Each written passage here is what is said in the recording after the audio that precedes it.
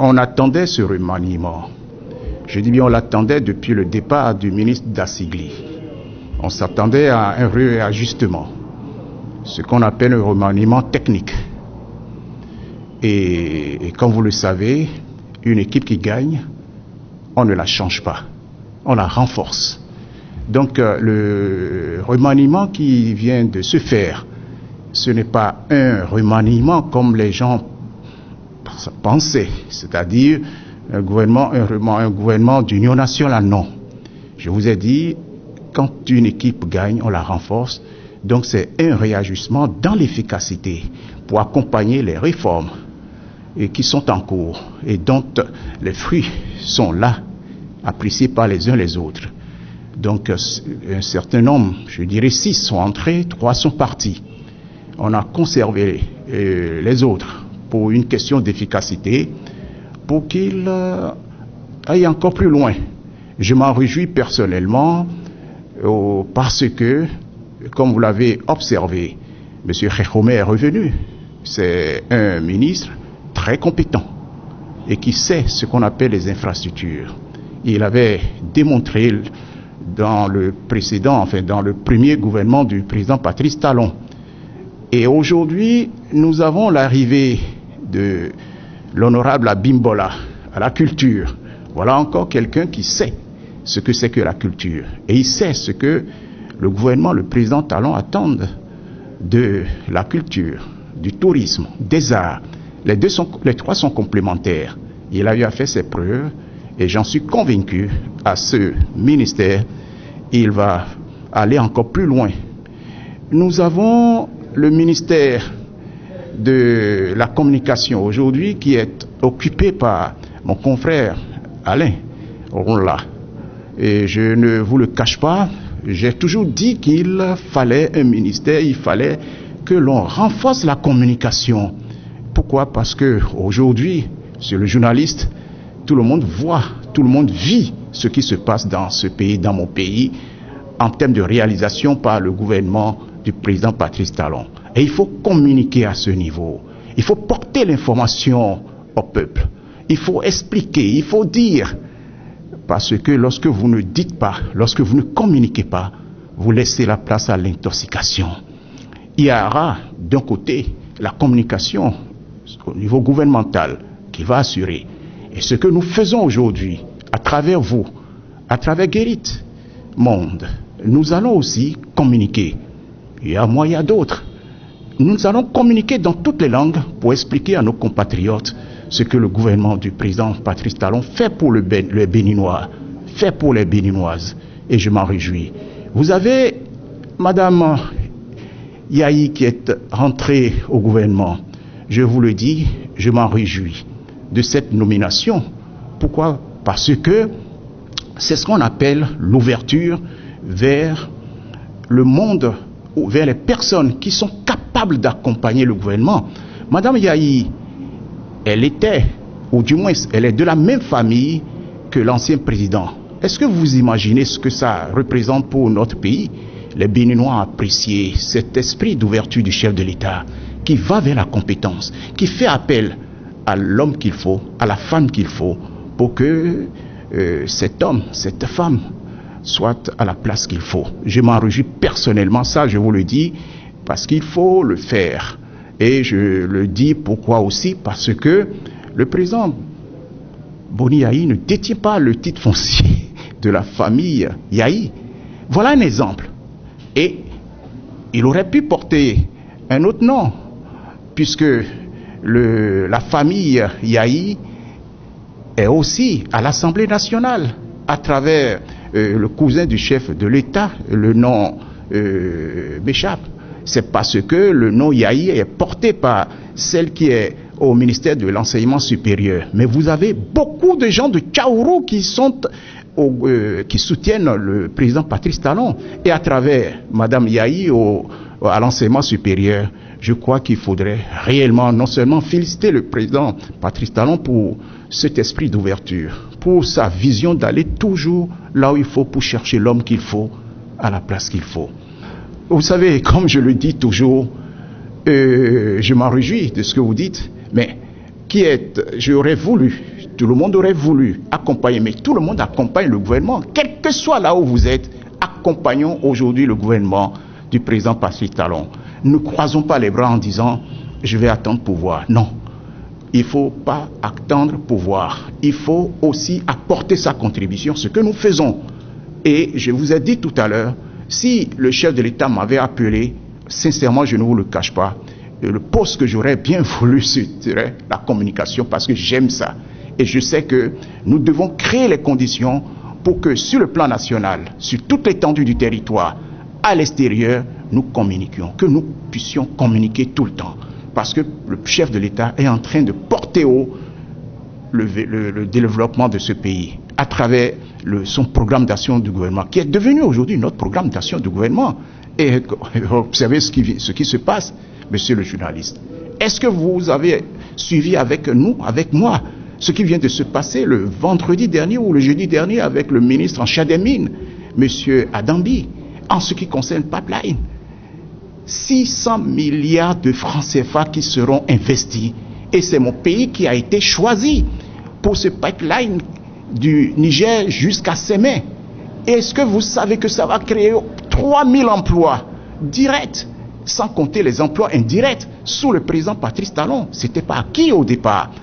Et vous savez, d'autres auraient bien voulu le Cameroun, le Tchad, mais c'est le Bénin qui a été choisi aussi pour sa stabilité, aussi pour sa sécurité, et surtout pour le leadership du président Patrice Talon.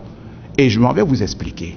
Le président Talon, quand il dit, quand il veut, c'est l'homme qui va chercher ce qui sait négocier, qui sait prendre, qui sait prendre. Voilà, c'est ce que je peux dire. Négocier, c'est pas donner à tout le monde. Le journaliste, vous voyez, je ris. Pourquoi ne voudriez-vous pas que, à travers ce que je suis en train de faire aujourd'hui, on le voit comme ma contribution au développement de mon pays, au renforcement de ce que le président Patrice Talon est en train de faire, quel que soit là où nous sommes. Même vous, monsieur Badarou, vous êtes venu pour que nous échangions aujourd'hui. Pourquoi? C'est parce que vous avez compris également qu'il faut porter la bonne nouvelle à nos compatriotes. Je m'en réjouis, je vous félicite, je vous remercie.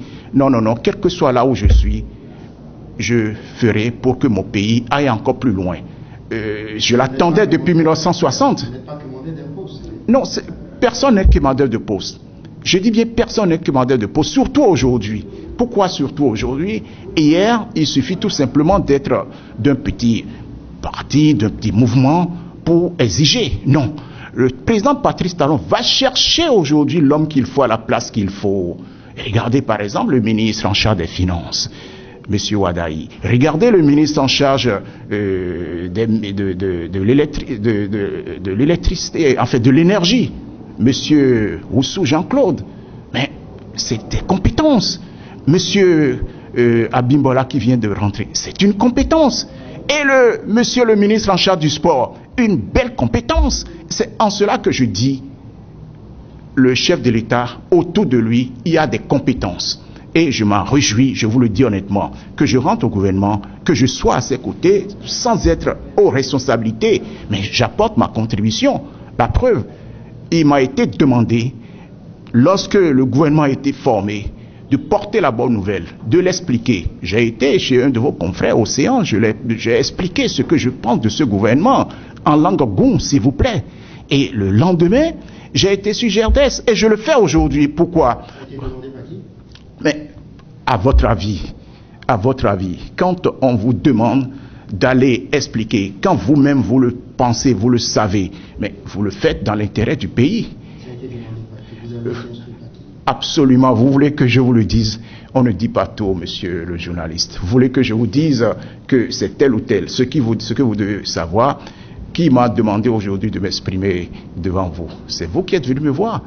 Dans quel intérêt? Parce que vous aviez pensé que le peuple veut en savoir. Peut-être que vous avez pensé que je peux aussi être l'un de ceux-là qui pourrait apporter au peuple ma vision de ce remaniement.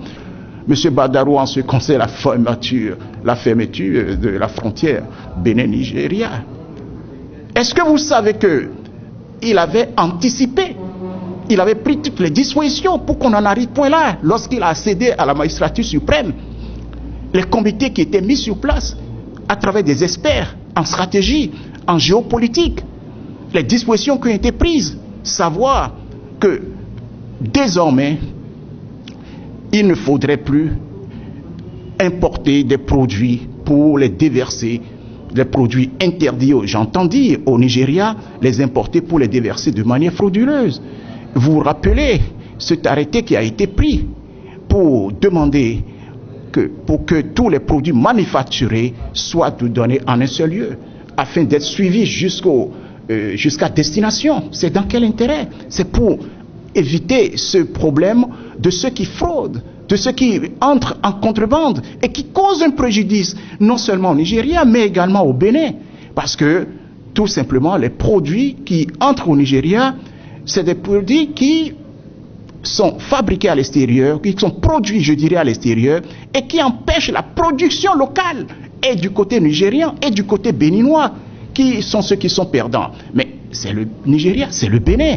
Le Bénin surtout, parce que quand vous voyez les fermes aujourd'hui, mais les fermes ferment.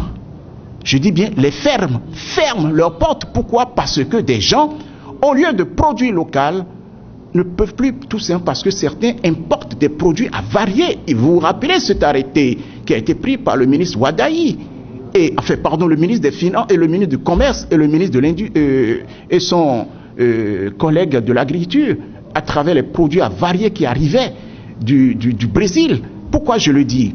Parce que on nous tue avec des produits congelés qui tuent le fermier béninois, qui tuent ceux qui font de la pisciculture. Voire, je vais même citer un autre exemple, des individus qui importent du riz, mais ce faisant, mais ils tuent la production locale, et du côté du Nigeria, et du côté du Bénin. Et au demeurant, mais qui perd? Mais c'est le Bénin, à travers les recettes. Les recettes ne sont plus ce que nous attendons, puisque quand les gens entrent au Nigeria de manière frauduleuse, ça veut dire qu'ils ne payent pas, ils ne dédouanent pas. Donc tout cela porte préjudice au Nigeria, ça porte également un sérieux préjudice au Bénin. Et c'est en cela que je remercie le président Patrice Talon. Depuis son accession à la magistrature suprême, je dis bien, sa première préoccupation, non seulement c'est de parer à cela, c'est arrivé par la faute de quelques-uns, mais qu'est-ce qu'il fait aujourd'hui pour que la frontière s'ouvre, monsieur le journaliste? Vous avez vu avec nous tous, lorsqu'il était au Japon, dans le cadre de la TICAD, alors que nous sommes 4 concernés, le Niger, le Cameroun, le Tchad et le Bénin. Mais c'est lui qui a pris le bâton de pèlerin pour rencontrer le président Bouyari, pour qu'on arrive à de meilleurs sentiments, pour que le Nigeria revienne à de meilleurs sentiments. Et ça va se faire bientôt, je vous le dis. Et je le dis avec force, le président Patrice Talon n'a pas attendu la fermeture pour anticiper, pour parer à ce que nous sommes en train de vivre aujourd'hui.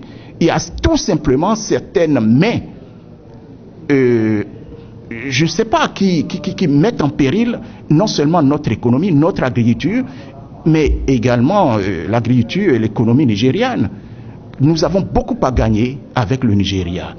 Vous avez dit, on aurait voulu, ou bien vous aurez appris que je serais aux responsabilités. Quel que soit là où vous êtes, accompagnons le gouvernement. Quel que soit là où nous pouvons être, accompagnons le gouvernement. Dans quel intérêt? Pour vous les jeunes, pour nos enfants, pour nos petits-enfants. Le Bénin révélé, nous le vivrons. Et nous sommes en train de le vivre, monsieur Badarou.